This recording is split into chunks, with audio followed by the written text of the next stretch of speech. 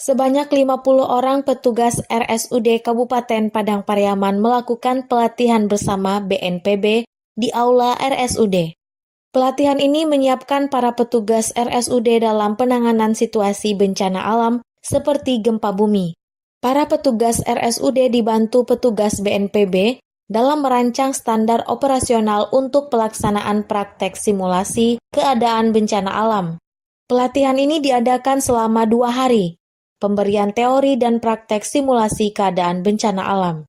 Indra Ferry, staf BNPB Regional Sumatera, menyarankan setiap RSUD untuk membentuk tim khusus tanggap bencana alam. Untuk membiasakan petugas RSUD siap tanggap bencana alam. Kegiatan ini harus dilakukan berkelanjutan, hingga para petugas RSUD terbiasa dengan standar operasional prosedur tanggap bencana. Edi Karwono, Kepala Penanggung Jawab Perlengkapan Medis RSUD Kabupaten Padang Pariaman menyebutkan, RSUD Kabupaten Padang Pariaman menyiapkan tim khusus tanggap keadaan darurat, terutama siaga jika gempa terjadi.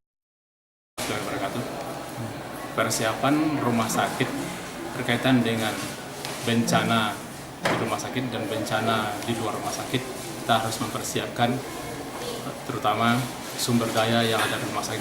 Apabila rumah sakit ini masih berfungsi, maka semua fasilitas yang berada di rumah sakit ini bisa kita aktifkan untuk membantu seluruh pasien, baik yang berada di rumah sakit sendiri yang masih dalam perawatan maupun rumah sakit yang datang dari luar.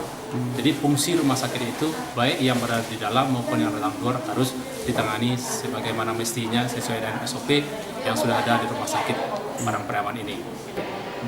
Jadi untuk kapasitas petugas kita kan saat ini kita latihan evakuasi bencana.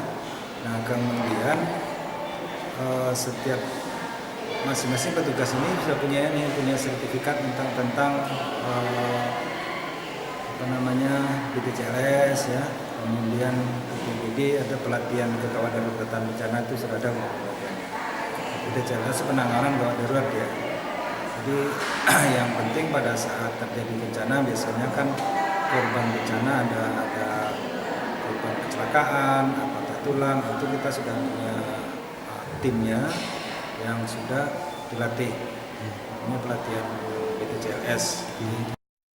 Dari Kabupaten Padang Pariaman, Tim Liputan Minangkabau TV melaporkan.